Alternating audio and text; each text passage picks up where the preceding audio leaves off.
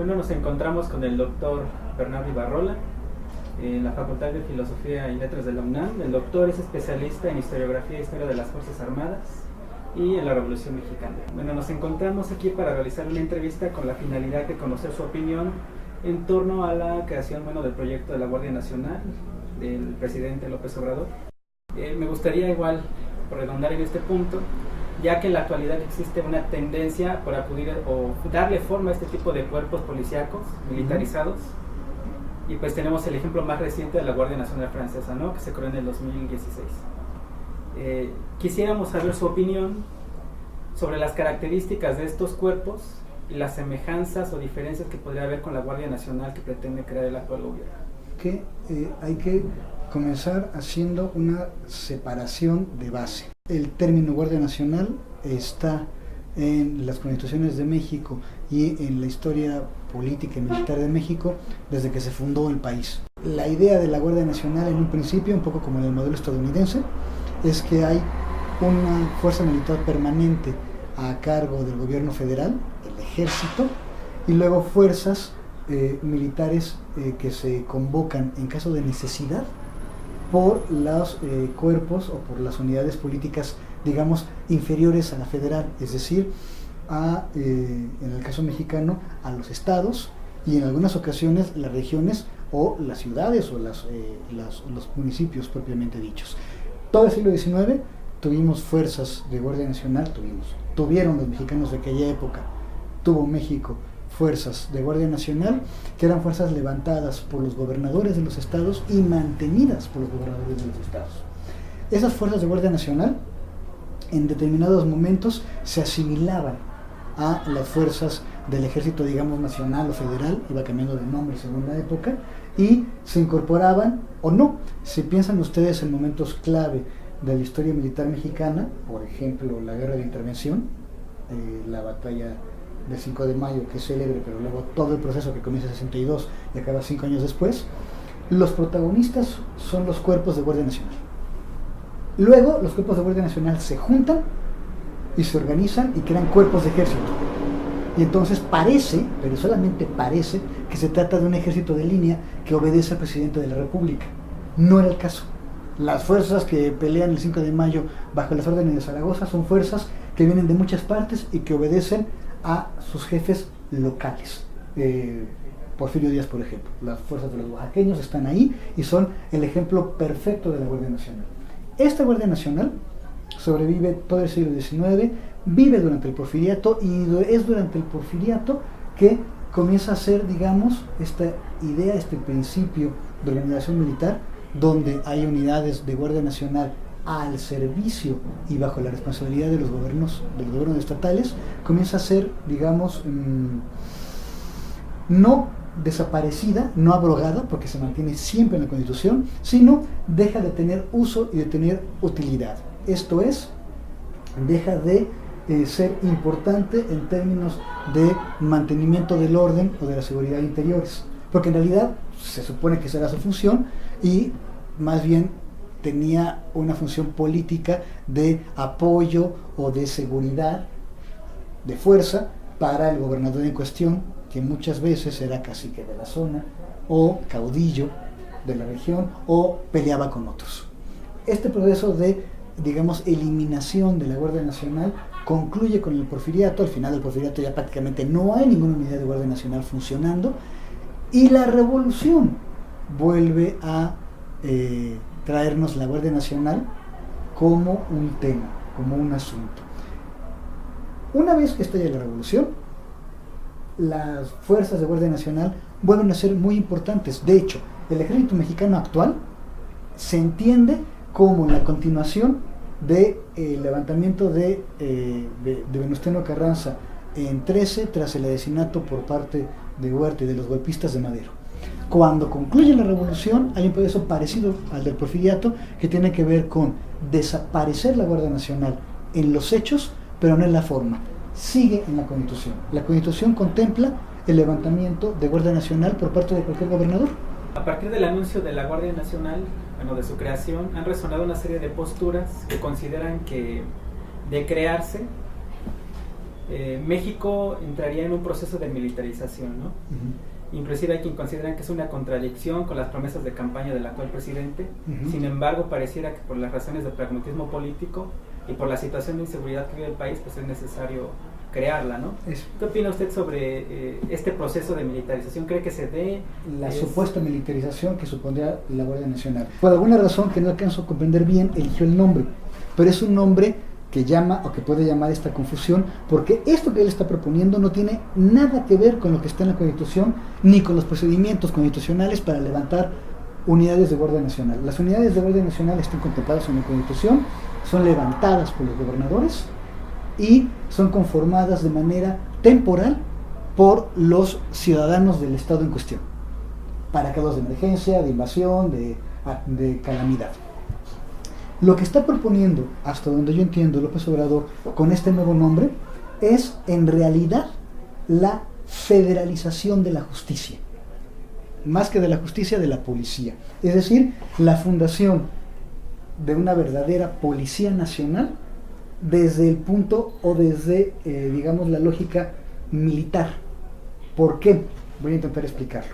Las labores de seguridad están constitucionalmente asignadas al nivel municipal y a los niveles estatales. Y entonces tenemos en México una especie de encimamiento de funciones. Cuando se está en un municipio, uno puede ver a la policía municipal, que convive con la policía estatal, que convive con la policía nacional, que llamamos en México federal. ¿Esto qué supone? Esto supone que en realidad el diagnóstico, que no se ha dicho con la claridad que a mí me gustaría, es que no hay manera de fundar una policía nacional desde el gobierno, desde la parte civil del gobierno. ¿A quién le correspondería fundar? ¿A qué parte del gobierno le correspondería fundar una policía nacional? Pues a la Secretaría de Gobernación o a la Secretaría de Seguridad Pública. Pero esto ya se intentó. Tenemos una policía federal que se fundó en 99, hace casi 20 años, que no funcionó. Tenemos policías federales o cuerpos federales de investigación o de inteligencia que tampoco funcionaron. Y este es como el punto central. ¿Por qué no funcionaron? Una hipótesis que yo supongo que tienen en la cabeza los que hicieron el proyecto y que a mí me parece obvia, es que no funcionaron justamente por la inexistencia de cuerpos, de funcionarios que la hagan realidad. Y entonces, pensar en la fundación de la Policía Nacional desde el mundo militar tiene el sentido, digamos, de transmitir desde una parte hacia la otra, desde la parte militar hacia la parte civil, una serie de saberes y de capacidades organizacionales. Por la otra, y esto me parece mucho más importante, esta fragmentación permitió la penetración de grupos mafiosos y de delincuencia organizada. Entonces la solución es la centralización, la federalización efectiva de la policía en un cuerpo único, con un mando único. Ahora, ¿esto supone la militarización? Puede ser que sí o puede ser que no, depende cómo definamos militarización. Militarización es el ejercicio o es el apelar al recurso militar para organizar y para, digamos, vertebrar a la sociedad según criterios de carácter militar. La militarización comenzó cuando las mafias comenzaron a tomar el control de primero ciertos puntos de producción, luego de los puntos de producción, de los puntos de trasiego, de tráfico de ciertos productos, pero no, como nos dijeron durante muchos años, es un asunto de narcotraficantes, esto es un asunto del control del territorio. Esa sociedad ya está militarizada. La intervención a partir del gobierno de Felipe Calderón de unidades militares para hacer operaciones focalizadas en contra de grupos de narcotraficantes parece solamente la consecuencia de esta militarización. Lo que creo que está planteando es la salida de la militarización, no su entrada. Conozco las críticas de manera general. ¿Cómo se llama la atención hacia el riesgo? No veo cuál es el riesgo. El riesgo ya lo estamos viviendo todos los días. No vivimos en un estado de derecho. Vivimos en un estado, en un conjunto de espacios públicos controlados por los narcotraficantes, por los criminales, por las mafias, por los grupos de poder que tienen, por ejemplo, sistemáticamente el recurso a la ejecución y al entierro en fosas clandestinas, por ejemplo. piensa que una vez que López Obrador abandone la presidencia, el destino de esta Guardia Nacional podrá sucumbir a lo mejor en en un presidente de carácter autoritario, ¿no? Ya que él, ha mencionado que no piensa utilizar a las Fuerzas Armadas para reprimir. Claro, y que sea posible poder hacerlo, es decir, eso me parece interesante. Yo creo que la discusión de fondo respecto de la Guardia Nacional es la discusión de la relación entre la Federación y los estados de la República. Cada federación lo decide de manera diferente y tiene decisiones distintas, hasta llegar a las grandes confederaciones que tienen soluciones particulares para una cosa o para la otra. Este sistema, que comenzó a romperse con el debilitamiento de la presidencia y del partido prácticamente único, se puede convertir en otra cosa o no. Es decir, aquí estaríamos hablando de un problema de sistema político, tanto formal como informal. Formalmente no hemos cambiado nada, pero informalmente cambiamos todo. ¿Cómo funcionaba este país antes de 2000? Ya, hacia los años 90 era muy complicado y estaba en crisis muy profunda, pero para los años 80, digamos antes de 88, bastaba con una llamada del secretario de Gobernación en cierto tono para que un gobernador presentara su renuncia. ¿Por qué? Porque el gobernador estaba controlado por un sistema político que le penalizaba su desacato o su rebeldía respecto de la federación. A partir de 2000 se terminó, hasta llegar a estas generaciones de gobernadores totalmente sueltos que se comportan como pequeños, ¿qué será? Emperadores de sus territorios. En el fondo, creo, lo que tiene que haber es la discusión de quién es atribución la seguridad, quién tiene los recursos para hacerla y cómo se establecen controles y contrapesos formales para evitar que se use abusivamente de ella. Pues por un lado hay quien habla de una concentración mayor de fuerza del secretario de la Defensa Nacional y por el otro una pérdida inclusive de fuerza y que puede inclusive llevar a romper ese equilibrio que ha existido entre el Ejército y la Marina. ¿Qué opina al respecto? El presidente López Obrador nombró, siguiendo la tradición y la ley, entre el cuerpo de generales de división y de vicealmirantes, pero nombró al general de división más joven posible. En cambio nombró al almirante más perfilado, al que estaba hasta arriba del escalafón. A mí me parece que lo que está anunciándose es la creación de un nuevo cuerpo, una policía nacional de carácter sí militarizado, a las órdenes directas del presidente. Este cuerpo puede profesionalizarse pues en unos 5 o 10 años.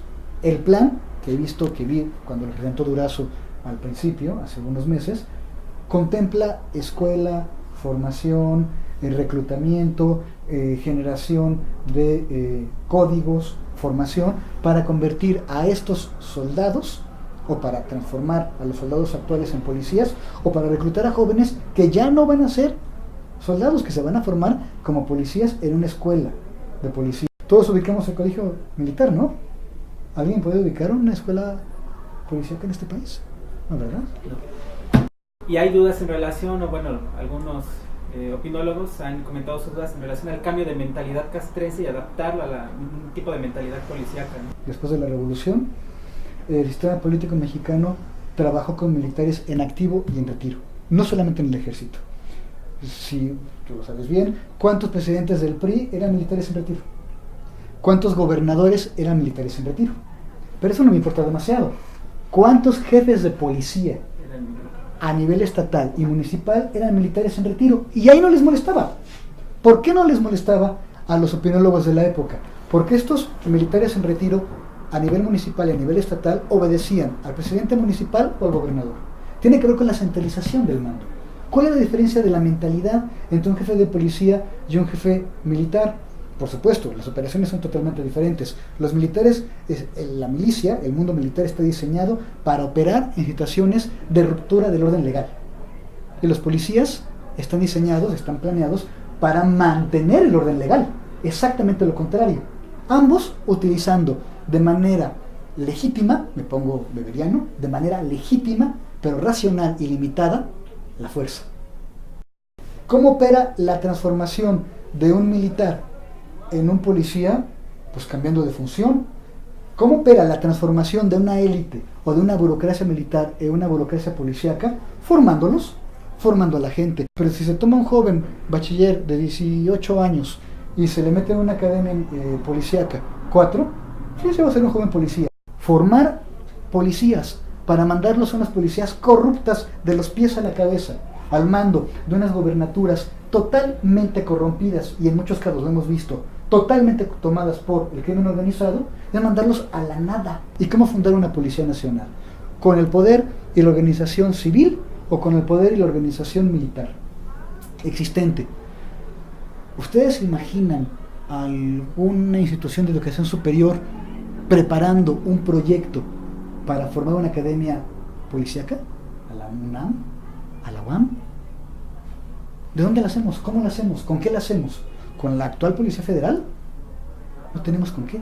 ¿Quién ha hecho eso antes? El Ejército. ¿De qué se trata? Pues de mantener los controles para que en efecto el Ejército, que tal vez tenga que replantear, por supuesto, sus funciones, pero también sus dimensiones y su presupuesto, se convierte en un cuerpo estrictamente dedicado a la defensa de la soberanía, a la intervención en casos de catástrofes, y ya no a el mantenimiento y, como ahora dicen, la coadyuvancia en las labores de seguridad interior, de seguridad pública. A diferencia de la formación que reciben las policías civiles, podríamos decir que por estas características tienen mayor predisposición, por ejemplo, a conservar la disciplina o a garantizar una menor corruptibilidad de esos cuerpos, por ejemplo. O el proyecto, también lo había mencionado en otra entrevista, que por la formación del proyecto que se pretende, inclusive podría garantizar el encuadramiento de estos elementos con sus familias, alejarlos a lo mejor de la vida civil. Ya, es un asunto bien interesante porque tiene que ver con respondernos por qué los funcionarios públicos le son fieles a los estados. ¿Por qué nos parece totalmente natural que el Chapo sea capaz de corromper a todo el sistema carcelario mexicano? Y nos parece muy normal que no sea capaz de corromper al sistema carcelario estadounidense. ¿Cuál es la diferencia? Pues la diferencia es que hay un servicio público muy bien estructurado en los Estados Unidos que fortalece a los funcionarios de prisiones y de todo el sistema judicial delante de la tentación absolutamente irresistible del crimen organizado, que puede concentrar grandes cantidades de dinero. ¿Cómo? ¿Cómo se resiste? ¿Cómo una persona puede resistir ante la tentación? Resiste porque tiene algo que perder. Los militares viven en una especie de mundo aparte, en un mundo propio que los regula. Si un militar de carrera, quiero decir, un egresado del colegio militar, es dado de baja del ejército o de la marina, su vida se mete en un verdadero problema. Para empezar, debe buscar dónde vivir, porque suelen vivir en unidades habitacionales o en barrios donde viven los militares. Tienen relaciones personales casi siempre endogámicas. Es decir, es muy normal que, pues, puesto que la gente crece en los mismos barrios, se conozca y se casen entre ellos, y entonces todos tienen un tío militar y son militares y se van comunicando. La penalización por salir del mundo militar supone mucho más que un problema nada más con la justicia, supone un problema de pérdida de sentido del mundo en términos de pertenencia, que es un asunto que tiene que ver con la historia de México, que es una asignatura que no resolvimos, que siempre nos negamos a resolver porque tiene un costo muy alto, y que siempre cuando lo conseguimos, que fue durante el Porfiriato y luego durante, digamos, el régimen revolucionario mexicano, lo resolvimos de manera indirecta, con controles políticos que llegaron a ser muy eficaces, pero que no fueron nunca legales o completamente legales, que no aspiraban a implantar el Estado de Derecho y a crear cuerpos que se encarguen de hacer cumplir la ley, y de que aquellos que no cumplan la ley sean entregados a un sistema de justicia que los juzgue en efecto. Creo que eso es una asignatura pendiente para este país, y yo espero que con el modelo de Guardia Nacional, o con lo que se pueda, se enfrente ya, porque este país lleva formalmente un poquito más de 2 siglos de existir, pues ya va siendo hora, ¿no? Pues muchas gracias, doctor. Estoy a sus órdenes.